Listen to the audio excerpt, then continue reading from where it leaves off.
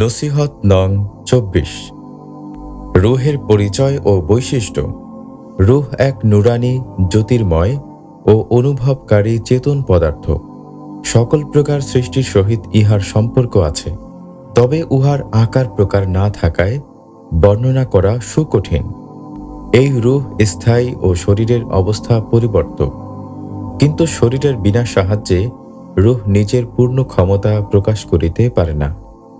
রূহের সকল প্রকার সৃষ্টির সহিত সম্বন্ধ আছে, তবে সেই সম্বন্ধ সমভাবের নয়। কাহারও উপর রূহ সদা আবির্ভূত রহিয়াছে, কাহারও উপর ক্ষণস্থায়ীভাবে আবির্ভূত হইতেছে। এই সমস্ত কারণে সমস্ত সৃষ্টি পদার্থই বেহেশত ও দোজখের সুখ দুঃখ ভোগী হইবে না। মানুষের রূহকে আল্লাহ রাব্বুল আলামিন সর্বশ্রেষ্ঠ করিয়া উহাকে কাল্ব, সের, খফি ও ওয়াকফার মারেফাত দান করিয়াছেন। বুদ্ধিকে উহার উজির রূপে সৃজন করিয়াছেন। এই জন্য সকল মানুষ পাপ ও পুণ্যের ফল ভোগী হইবে। কাল্বকে বলা হইয়াছে নফসে নাতেকা, কারণ কাল্বের সহিত নফসের সম্পর্ক যেইরূপ, রূহের সহিত ইহার সম্পর্ক সেইরূপ। রূহ ইহার অন্তর্দেশ, নফস ইহার বহির্দেশ বা সওয়ারি। সুতরাং উভয় পার্শ্বে সংলগ্ন নামেও উহা অভিহিত হইয়া থাকে। অন্য জীবসমূহের রূহ সমূহকে উক্ত রূপে কাল্ব, সের, খফি ও আকফার মারেফাত ও কামালিয়াত প্রদান করা হয় নাই, এবং উহাদের বিবেচনা শক্তি দেওয়া হয় নাই। এই জন্য ওই সকল রূহ বেহেশত বা দোজখ ভোগী হইবে না। তবে আসহাবে কাহাফ দিগের কুকুর ও ওই ধরনের জন্তুর বেহেশতবাসী হওয়া সংসর্গজনিত কারণে বলিয়া জানিতে হইবে, তাহাদের নিজ নিজ কর্মফলে নয়। আর উদ্ভিদ ও অন্যান্য জড় পদার্থ সমূহের উপর ওই রূহের আবির্ভাব ক্ষণস্থায়ী। এজন্য কেয়ামতের দিনে উহাদের প্রতিফল ভোগ করিতে হইবে না। রূহ এক কিংবা সৃষ্টি জীবের সংখ্যা অনুযায়ী বহু সংখ্যক, এই সম্বন্ধে মতভেদ রহিয়াছে। শেখ আবু বকর কহতরি রহমাতুল্লাহ আলাইহি সাহেব ও অপর কেহ কেহ কুরআন শরীফের এই আয়াত রূহ আমরে রাব্বি বা প্রতিপালন কর্তার আদেশ হইতে এই অর্থ গ্রহণ করিয়াছেন যে রূহ প্রতিপালকের আদেশের মধ্যে একটি আদেশ।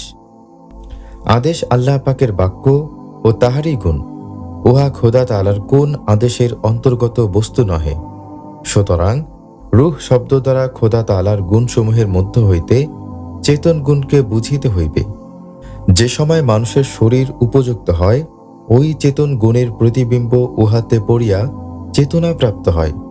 যেমন আয়নার মধ্যে সূর্যের প্রতিবিম্ব পতিত হয়, পানি যেমন সমুদ্রে মিশ্রিত হইয়া বিলুপ্ত হইয়া যায়, তেমনি ওই প্রতিবিম্ব মূল চেতন গুণে মিশ্রিত হইয়া বিলুপ্ত হইয়া যায়। অন্য সকল উক্ত আয়াত হইতে এই অর্থ গ্রহণ করিয়াছেন যে রূহ আল্লাহ তাআলার সৃষ্ট বস্তু মধ্য হইতে, অর্থাৎ আল্লাহ তাআলার কোন আদেশ হইতে রূহের সৃষ্টি হইয়াছে। কিন্তু এই শেষোক্ত অর্থ গ্রহণকারীদের মধ্যে বিস্তর মতভেদ রহিয়াছে। কেহ কেহ বলেন, রূহ প্রথম সৃষ্টি, প্রকৃতই ইহা এক বস্তু, ইহাই হকিকতে মুহাম্মদী ও আকলে কুল। আর যাহারা রূহের সংখ্যা সৃষ্টির পরিমাণে অসংখ্য বলিয়া বর্ণনা করিয়াছেন, তাহাদের মধ্যে বিস্তর মতভেদ রহিয়াছে। হযরত আবু আবদুল্লাহ নাসাজ রহমাতুল্লাহ আলাইহি সাহেব বলিয়াছেন, রূহ এক পবিত্র সূক্ষ্ম বস্তু, যাহা এক মলিন বস্তুর মধ্যে রাখা হইয়াছে। সাধারণ লোকের ধারণা, যাহার দ্বারা শরীর জীবিত থাকে তাহাকে রূহ বলে। কেহ কেহ বলেন, রূহ এক পবিত্র সূক্ষ্ম বস্তু, যাহা হইতে অনুভব করা, স্বাদ গ্রহণ ও পরিচালনা শক্তি প্রকাশ পায়।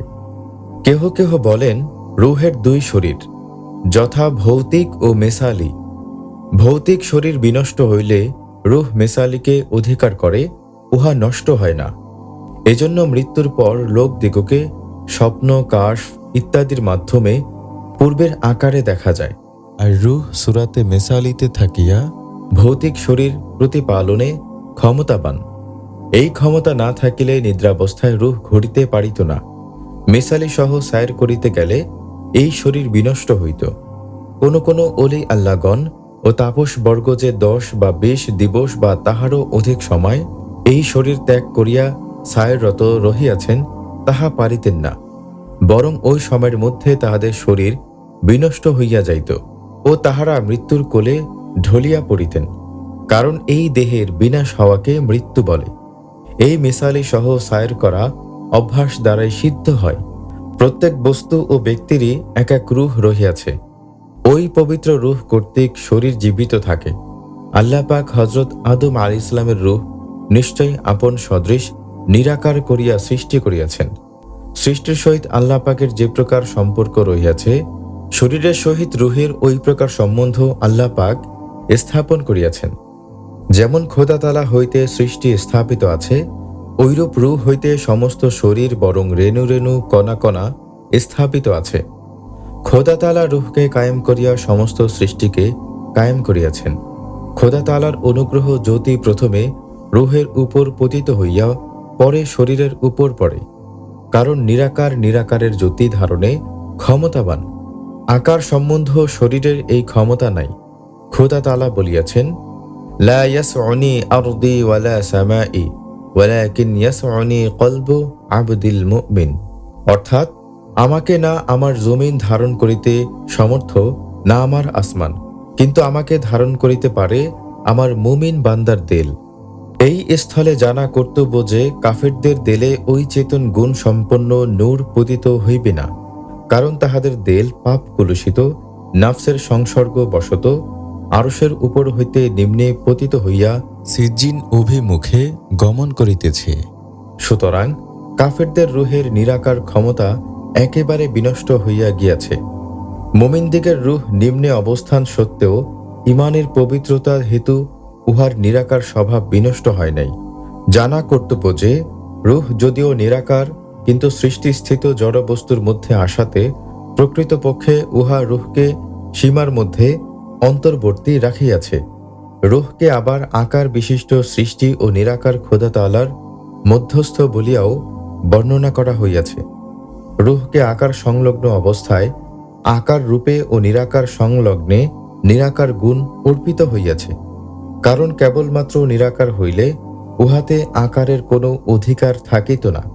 পরে ওই আকারধারী নাফ সংলগ্ন রূহকে মধ্যবর্তী ব্যবধানসমূহ অতিক্রম করিয়া স্বীয় মূলে উপস্থিত হইবার জন্য কাল্প নামক লতিফা দান করা হইয়াছে। ওই লতিফা খোদা তাআলার জাতি নূরের ক্রিয়াসমূহের সীমা পর্যন্ত উঠিয়া ওই স্থানে ফানা হইবে। পরে ইহারও উপরে গমনের জন্য সের নামক লতিফা প্রদত্ত হইয়াছে। উহা দ্বারা আল্লাহ তাআলার নাম ও শানের সীমা পর্যন্ত উপস্থিত হইতে পারিবে।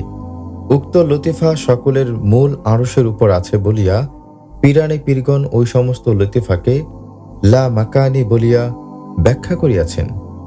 রূহ যে পর্যন্ত নাফস ও শরীরের সহিত সম্পর্ক না রাখিবে, সে পর্যন্ত ওই লতিফার কোনো গুণ প্রকাশ পাইবে না। রূহ যেমন বিনা শরীরে নিজে প্রকাশ পায় না, সেই রূপ সের, খফি, আকফা, লতিফা সমূহেরও কোনো গুণ প্রকাশ পায় না, কারণ এই সকল লতিফা রূহের গুণ ও শক্তি মাত্র। এই বিরাট তত্ত্ব পীরে কামিলের উসিলা ব্যতীত কেহ লাভ করেন নাই, লাভ করা সম্ভবও না। তাই আল্লাহ বলেন, ইয়া আইয়ুহাল্লাযীনা আমানুত্তাকুল্লাহ ওয়াবতাগু ইলাইহিল ওয়াসিলা। অর্থাৎ, হে ঈমানদারগণ, তোমরা আল্লাহকে ভয় করো এবং তাহাকে পাওয়ার জন্য ওসিলা অন্বেষণ করো। সূরা মায়দা ৩৫। খোদাপ্রাপ্তি সাধনায় লতিফায়ে কাল্ব ও রূহের ভূমিকা। লতিফায়ে কাল্ব এবং রূহ পীরে কামিলের পাক তাওয়াজ্জুহে ইত্তেহাদি দ্বারা যখন এক হইয়া যায়, তখন আরশের উপর হইতে সিফাতে ইজাফিয়ার গুণাগুণ লাভ করে এবং আল্লাহ তাআলার সিফাতে হাকিকির গুণের অধিকারী হয়। তখন লতিফায়ে রূহ ও কাল্ব আল্লাহ তাআলার নূরের সমুদ্রে পরিণত হয়, যাহার কুল কিনারা কেহ পান নাই, পাওয়াও সম্ভব নয়। তাই মহাকবি হাফেজ রহমাতুল্লাহ আলাইহি সাহেব বলিয়াছেন, কত নৌকা কত কিস্তি এই সমুদ্রের মধ্যে ডুবিয়া গেল, যাহার একটি তক্তাও আর ভাসিয়া কিনারায় আসে নাই। সালেক যখন এই দরজায় উপনীত হয়, তখন বিভিন্ন রকম ফয়েজ রূহ ও কালবের যোগাযোগে তাহার নাফসের উপরে পড়ে। তখন নাফস আস্তে আস্তে স্বীয় দোষসমূহ ভুলিয়া প্রথমে নাফসে লাউমা ও পরে মুতমাইন্নায় যায়। নাফস আল্লাহর গুণে গুণান্বিত হয়, তখন নাফস পবিত্রতা নিয়ে আল্লাহ তাআলার দিকে ঘোরে। আল্লাহ তাআলার বন্দিগি করিতে তখন সালেক হাউস মোহাব্বত পাইতে থাকে। দুনিয়ার খারাপ কাজ সে তখন আর ভালোবাসে না। এই হালাত সালেক ও আশেকানদের জন্য অত্যন্ত পবিত্র হালাত। এই হালাত পীরে কামিলের সহচর্যে, সাহায্যে, দয়া ও খেদমতের দ্বারাই লাভ হয়। তাই মাওলানা রুমি রহমতুল্লাহ আলাইহি সাহেব বলিয়াছেন, তুমি যদি নফসরূপ কাল সাপ হইতে বাঁচিতে চাও, তবে নফস হন্তা মুর্শিদে কামিলকে শক্ত করিয়া ধরো, অন্যথায় তোমাদের জীবনের সমস্ত বন্দিগি ধ্বংস হইয়া যাইবে। সারা জীবন বন্দিগি করিয়াও যদি শেষ নিঃশ্বাস আল্লাহ তাআলার ইয়াদের সহিত বাহির না হয়, খাতেমা বিল খায়ের না হয়, তাহা হইলে বেঈমান হইয়া মারা যাইতে হইবে। মহা অলি খাজা বাবা হজরত ইনায়েতপুরী কুদ্দেসা সিরুল আজিজ সাহেব এক মহান নেয়ামতের ডালা লইয়া দুনিয়াতে আসিয়াছিলেন ও সেই মহান নেয়ামতের ডালা তিনি রাখিয়া গিয়াছেন। সেই ডালা হইতে প্রতিদিন আল্লাহ তাআলার প্রেমের সুধার নেয়ামত ওয়াক্তে ওয়াক্তে তোমাদেরকে দান করা হইতেছে এবং আল্লাহ তাআলার প্রেমের সুধা পান করিয়া তোমরা অন্তরের শান্তি, ফয়েজ, রহমত ও বরকত লাভ করিতেছ। ইহা তামাম জাকেরদের জন্য এক অপূর্ব নিয়ামত। হে জাকেরগণ, তোমরা সকলেই তরিকার কাজ ঠিক ঠিক মতো করো, যথা নিয়মে মুরাকাবা মুশাহেদা করো। পৃথিবী হইতে কখন চলিয়া যাইতে হইবে ঠিক নাই। রহমতের সময় দোয়া কবুলিয়াতের সময়, তখন নিবেদিত প্রাণী চোখের পানি লইয়া আল্লাহ পাককে ডাকো ও প্রতি লতিফাকে জিন্দা করিবার চেষ্টা করো। 40 রকমের ফয়েজ আছে, উহাদের মধ্য হইতে এক এক রকম ফয়েজ আল্লাহ তাআলার তরফ হইতে দেলে আসিয়া এক এক রকম জজবা বা ভাব সৃষ্টি করে। যখন কাল্ব ও রূহ এক হয়, তখন সালেক আল্লাহ তাআলার প্রেম সমুদ্রে সাঁতার কাটিতে থাকে। তখন আল্লাহর গুণে সালেকের চরিত্র গঠন হইতে থাকে। তাই যিনি ভাগ্যগুণে কামেল পীর পাইলেন, আল্লাহকে পাওয়া তার জন্য সহজ হইল। সকলে তাই হর নিঃশ্বাসে আল্লাহকে স্মরণ করো ও আল্লাহ পাকের জেকেরে কায়েম থাকো।